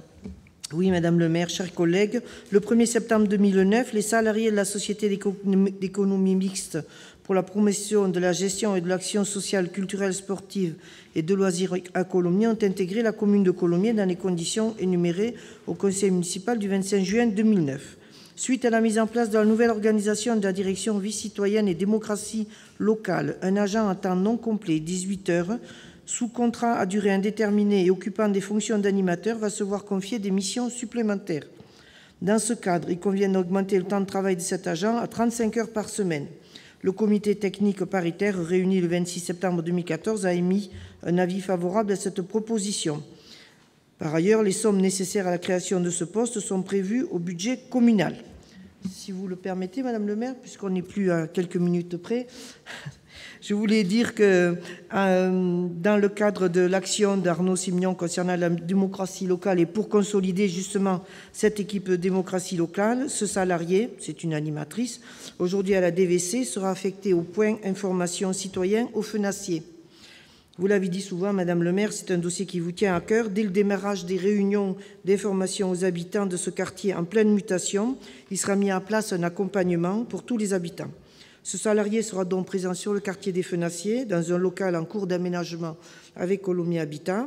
Sa mission est d'accompagner les habitants, de les informer, de les conseiller, de faire suivre leurs interrogations, de leur présenter même l'avancée des travaux, mais aussi de travailler avec ces habitants sur la mise en place de la mémothèque, lieu de mémoire, et la création future de l'espace Pierre Soria. Merci, Madame Oisin. C'est effectivement une fort bonne initiative. Je mets aux voix s'il n'y a pas d'intervention, qui s'abstient, qui vote contre. Je vous remercie. La délibération suivante concerne le recrutement d'un agent pour exercer les fonctions de directeur des ressources humaines. Notre directeur des ressources humaines, M. Michel Laurenté, a décidé de quitter la collectivité pour un poste, je crois que je peux le dire maintenant, au sein de l'association régionale de santé.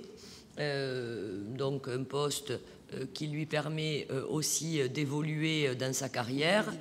Nous regrettons son départ, bien entendu, mais je crois qu'aussi chacun peut s'enrichir à la fois de nouvelles expériences et pour nous donc de nouveaux collaborateurs qui viendront enrichir notre collectivité aussi d'autres expériences. Donc c'est ce recrutement qui est lancé par cette délibération. Je ne redétaille pas les éléments du poste relativement classique finalement de DRH, directeur des ressources ou directrice des ressources humaines dans les collectivités territoriales. Et je vous demande donc de bien vouloir approuver cette délibération qui nous permettra d'effectuer ce recrutement que nous privilégions pour les titulaires du cadre d'emploi des attachés territoriaux ou lauréats des concours correspondants. Est-ce qu'il y a des demandes d'intervention? Je mets donc aux voix. Qui s'abstient? Qui vote contre? Je vous remercie et je vous tiendrai informé, bien entendu. La délibération suivante concerne la modification de la délibération que nous avions adoptée le 14 avril 2014 concernant les indemnités de fonction du maire, des adjoints et des conseillers délégués. Pour faire très très simple, cette délibération a fait l'objet d'observations de la part de la préfecture, puisque le tableau qui avait été joint à notre délibération n'était pas tout à fait parfaitement conforme aux attentes de la préfecture, même si nous avions pourtant pris le soin de les consulter en amont. Sur le fond, donc c'est une question de forme plus que de fond. Néanmoins, sur le fond, je veux préciser que l'enveloppe globale qui est affectée aux indemnités des élus n'est pas modifiée par rapport à la précédente délibération. J'en ai profité toutefois pour modifier une erreur matérielle, puisque dans l'organisation municipale que je vous avais proposée, il y avait donc des adjoints et des présidents de commissions spécifiques, et l'un avait été omis dans les indemnités de fonction correspondantes. Donc c'est ce que j'ai souhaité rectifier, sans pour autant que l'enveloppe globale ne soit modifiée. Voilà, donc je mets aux voix après avoir répondu, si cela est nécessaire, à vos demandes de complément d'information. Monsieur Kéchidi. Nous ne participerons pas au vote. Bien, vous voulez expliquer davantage votre position? Non.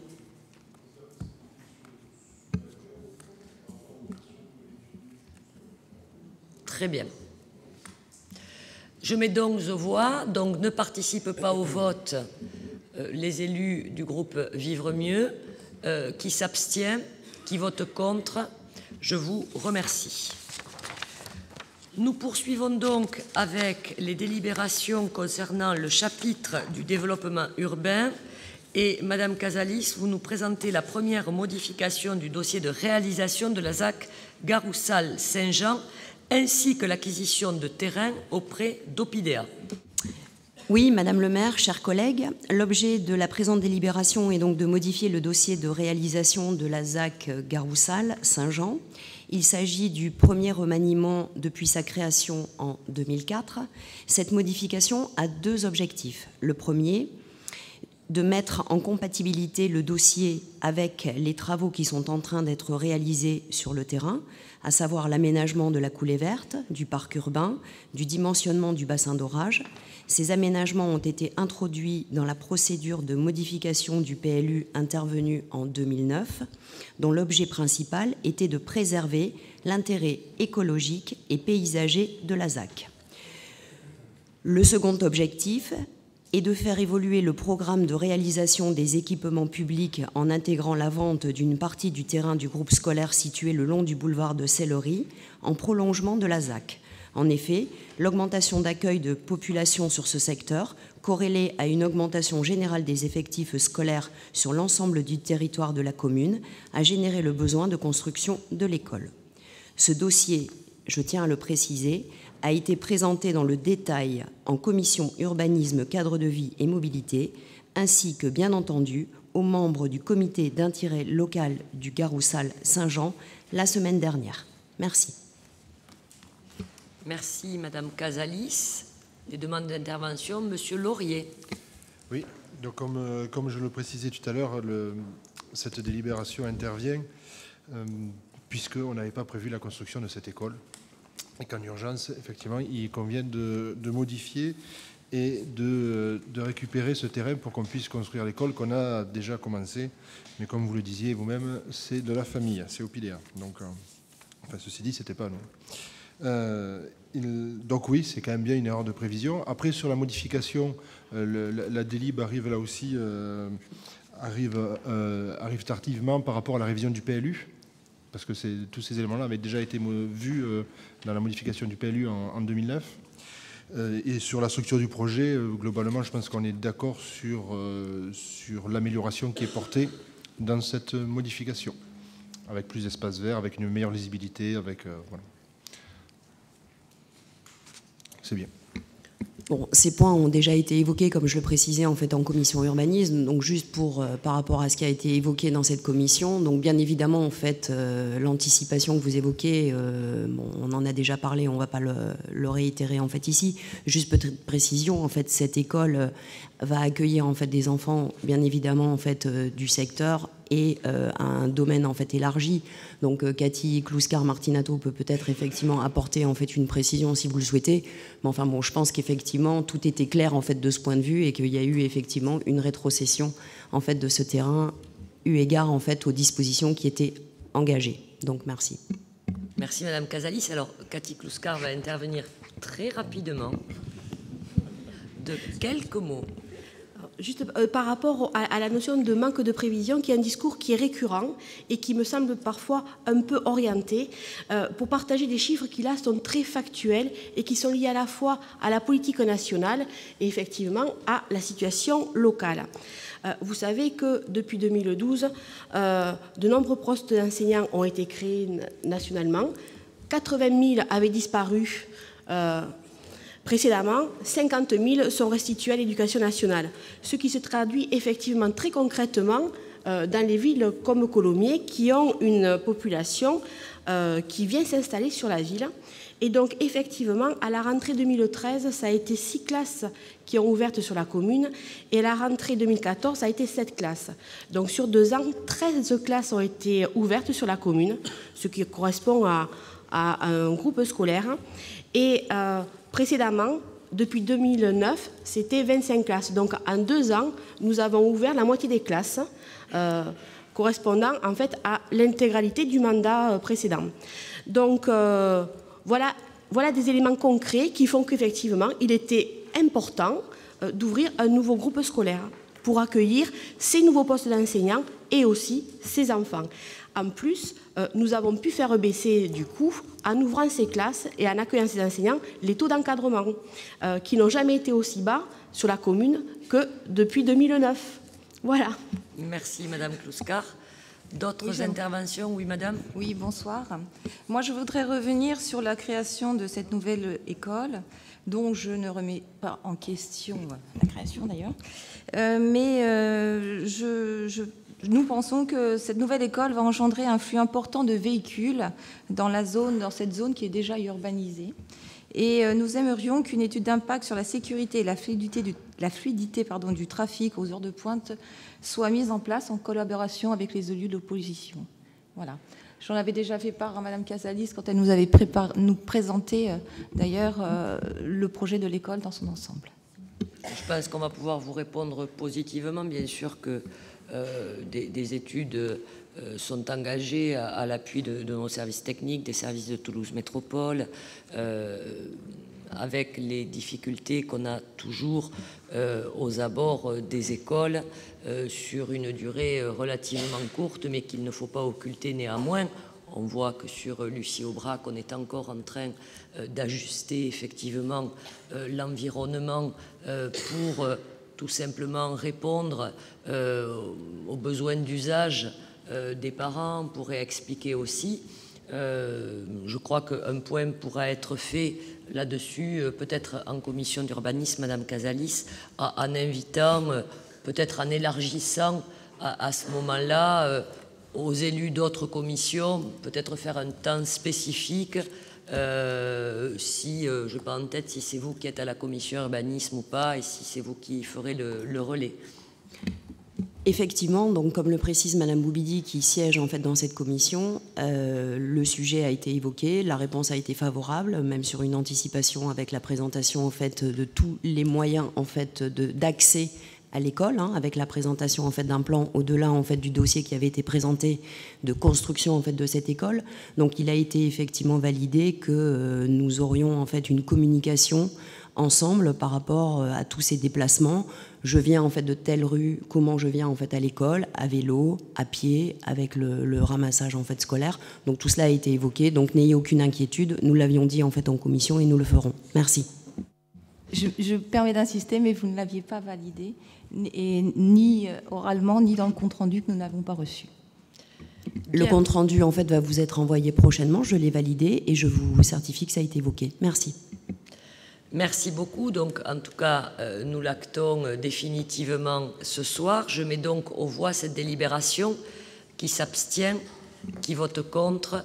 Je vous remercie. Madame Casalis, vous poursuivez avec une convention de portage entre la ville et le PFL de Toulouse Métropole pour une préemption d'une maison située chemin de l'Ormeau. Oui, Madame le maire, chers collègues. Donc, effectivement, le chemin de l'Ormeau, cela ne vous a pas échappé dans la communication qui a été faite récemment, est intégré dans le périmètre du nouveau quartier prioritaire défini par l'État au titre de la politique de la ville. Et je renchéris sur les propos en fait, de Madame le maire pour vous dire que vraiment c'est une belle opportunité et nous nous en réjouissons. Dans ce cadre et en vue de constituer une réserve foncière nécessaire à cette opération, la ville de Colomiers a demandé à l'établissement public foncier local de Toulouse Métropole, donc EPFL, de bien vouloir procéder pour son compte, d'une part à l'acquisition par exercice du droit de préemption urbain de la maison située 9 chemin de l'Ormeau, au portage foncier de cet immeuble. Cette acquisition par le PFL sera prochainement formalisée par un acte notarié au prix de 177 000 € hors frais d'acquisition. Les conditions de portage seront définies dans une convention établie entre la ville de Colomiers et le PFL. Il est donc proposé d'approuver le projet de convention de portage dont les conditions particulières sont les suivantes. Durée du portage 8 ans auquel s'ajoutent 2 ans de sécurité, champ d'intervention réserve foncière quartier prioritaire, frais de gestion 0,9% du prix d'acquisition par an, participation aux frais financiers, taux en vigueur au jour de la signature de la convention, taux actuel 2,66% du prix d'acquisition par an, conditions financières de rachat. Les conditions générales de la convention seront celles en vigueur au jour de la signature définitive. Aussi, il est demandé au conseil municipal d'approuver le projet de portage foncier par le PFL pour le compte de la ville de Colomiers de l'immeuble situé 9 chemin de l'Ormeau, cadastré section CC numéro 57, d'autoriser Madame le maire à signer la convention de portage aux conditions particulières sus visées et aux conditions générales en vigueur au jour de la signature définitive, de prélever les dépenses liées à ce projet sur les crédits inscrits à cet effet au budget communal pendant toute la durée du portage, approuver le projet de portage foncier par le PFL pour le compte de la ville de Colomiers de l'immeuble situé 9 chemin de l'Ormeau, cadastré section CC numéro 57. Merci. Bien, merci. Avez-vous des observations, des demandes de compléments d'information? Monsieur Laurier. Oui, d'abord, si on peut se réjouir de cette intervention nouvelle de l'État dans ce quartier, le corollaire, c'est que ce quartier a besoin d'être refait. Donc peut-être qu'à l'origine, il avait été aussi quand même mal fait. Donc c'est en ça que je partage aussi le sentiment mitigé sur cette opération à venir. Après, le choix qui est fait aujourd'hui d'acquérir cette maison pose question, puisque on achète cette maison, on va la faire porter par l'établissement ad hoc de Toulouse, mais on n'a pas de projet. C'est-à-dire que quelque part, voilà. Le seul regret qu'on puisse avoir aujourd'hui sur cette opération, c'est qu'on ne sait pas où c'est qu'on va. Le quartier va être refait, il n'y a aucun projet. Et surtout, on n'est pas en mesure, vous ne nous présentez pas aujourd'hui un plan qui viserait à agir de manière globale sur ce quartier. Quid des prochaines ventes? Est-ce qu'on va aller chercher à acquérir justement ces maisons pour réaliser l'opération de rénovation? Voilà, tout ça est un peu flou. Et pourquoi on achète celle-là maintenant? On va y mettre un locataire. Bon, tout ça me paraît manquer d'ambition et de clarté. Bien, Madame Casalis va vous répondre plus avant, mais c'est souvent la situation à laquelle nous sommes confrontés en urbanisme. Et d'ailleurs, si je veux faire référence à nos prédécesseurs illustres et je dirais même parfois visionnaires, puisque c'est aussi comme ça que certains les qualifient, Monsieur Alex Raymond avait bien prévu effectivement de nombreuses réserves foncières et heureusement qu'il l'a fait, ce qui nous a permis ensuite d'avoir un développement urbain tel que nous le connaissons, à la fois public mais maîtrisé. C'est toujours complexe d'aborder cette anticipation alors même effectivement, et je vous l'accorde, en tout cas pour les personnes qui sont concernées dans ces quartiers, qu'il n'y a pas de projet.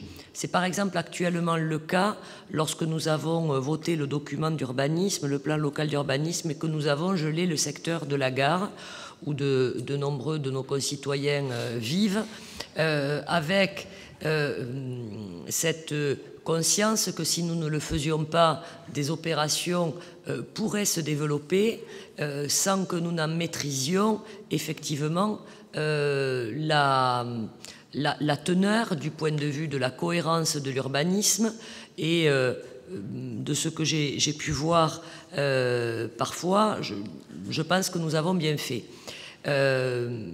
Là, c'est un peu le même cas, avec la différence que nous n'avons pas pu donner ce signal dans le document d'urbanisme, ce signal préalable, et que nous le faisons aujourd'hui parce que ce quartier vient d'être intégré à la politique prioritaire, politique de la ville, comme nous l'avons dit. C'est vrai qu'il n'y a aujourd'hui pas de projet réellement défini, mais c'est souvent le cas dans ces approches de renouvellement urbain ou d'urbanisme. Et donc, on donne un signal là qu'effectivement, ce quartier est un quartier potentiellement en mutation.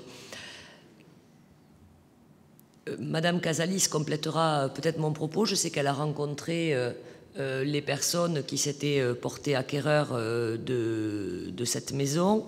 C'est un petit peu compliqué, je le pense, pour ces personnes-là. C'est le signal que nous devons donner aussi pour les promoteurs immobiliers qui, croyaient le bien, ne manqueront pas de profiter de l'opportunité qui va être donnée avec ce quartier en politique prioritaire, politique de la ville. Donc voilà, c'est vrai que nous devrons construire un projet de rénovation urbaine global, comme nous l'avons fait pour le quartier des Fenassiers. Nous devrons le construire ensemble, nous devrons le partager. Aujourd'hui, nous donnons ce premier signal qu'en effet, il va se passer quelque chose sur ce quartier. Et donc, ça ne me paraît pas antinomique avec des visions d'urbanisme que nous devrons poser après des études urbaines correspondantes et certainement avec l'appui de spécialistes et aussi en lien avec l'ANRU. Oui, bah effectivement, enfin, Monsieur Laurier, par rapport à ce qui avait été évoqué, donc évidemment, en fait, on était dans une anticipation en fait de maîtrise foncière, hein, c'est ce qu'a évoqué en fait Madame le maire. Par rapport effectivement aux acquéreurs potentiels en fait de cette maison, donc je les ai rencontrés avec la directrice en fait des services, comme je vous l'avais dit en fait en commission également. Donc c'est un rendez-vous qui s'est très très bien passé. Ce jeune couple effectivement habitant en fait Colomiers, plutôt dans le secteur de la Crabe, trouvait en fait ce quartier en fait agréable, avait effectivement porté une vue en fait sur cette maison. Donc nous avons présenté effectivement le cadre en fait global de l'aménagement qui pourrait arriver compte tenu en fait de l'intégration de ce quartier dans le cadre de la politique de la ville. Donc ils ont été bien évidemment alertés par cette communication qui était faite, donc on les a rassurés sur la teneur en fait du projet. Ils ont très très bien compris effectivement la position dans laquelle en fait nous étions et donc se sont mis en quête de la recherche d'un autre logement. Voilà. Merci. Oui, Monsieur Laborde. Oui, pour résumer un petit peu vos interventions, si je comprends bien aujourd'hui, vous nous demandez de nous porter acquéreurs de cette maison-là dans une hypothétique futur réaménagement de ce quartier-là. Aujourd'hui, on ne sait pas qu'est-ce que l'on va en faire, mais c'est dans les cartons. Ça veut dire aussi que les maisons alentours, ça je pense que les gens ont le droit de savoir, qui vivent dans ces quartiers-là, ne pourront plus vendre leur maison sans qu'il y ait, et ça c'est dans la logique des choses, un droit de préemption. Donc comprenez bien que par rapport à notre groupe-là, on ne peut pas vous permettre de nous donner un blanc-seing pour raser ces maisons, pour continuer cette logique de 40 000 habitants, pour y mettre, comme vous le faites depuis un certain nombre d'années, des immeubles, qu'il y en a déjà pas mal sur Colomiers. Donc notre groupe votera contre ce type de délibération. Merci. Je vous rappelle, Monsieur Laborde, pour faire non pas œuvre de synthèse comme vous, mais de pédagogie, que le droit de préemption existe sur l'ensemble du territoire columérin.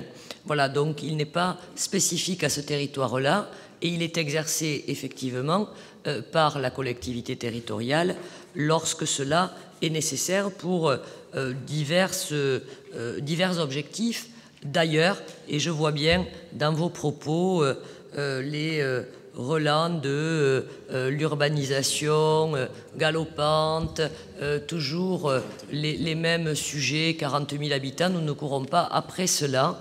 Néanmoins, et vous le verrez, au sein de Toulouse Métropole, nous devons participer aussi, et nous l'avons fait de façon maîtrisée, je vous assure, par rapport, encore une fois, à ce qu'on peut constater à l'extérieur, de façon diversifiée aussi, en permettant à chacun, quelles que soient ses envies aussi, ses moyens, ses capacités, de trouver un logement adapté à sa situation. Bien, je mets donc aux voix qui s'abstient, qui vote contre. Je vous remercie. Nous poursuivons.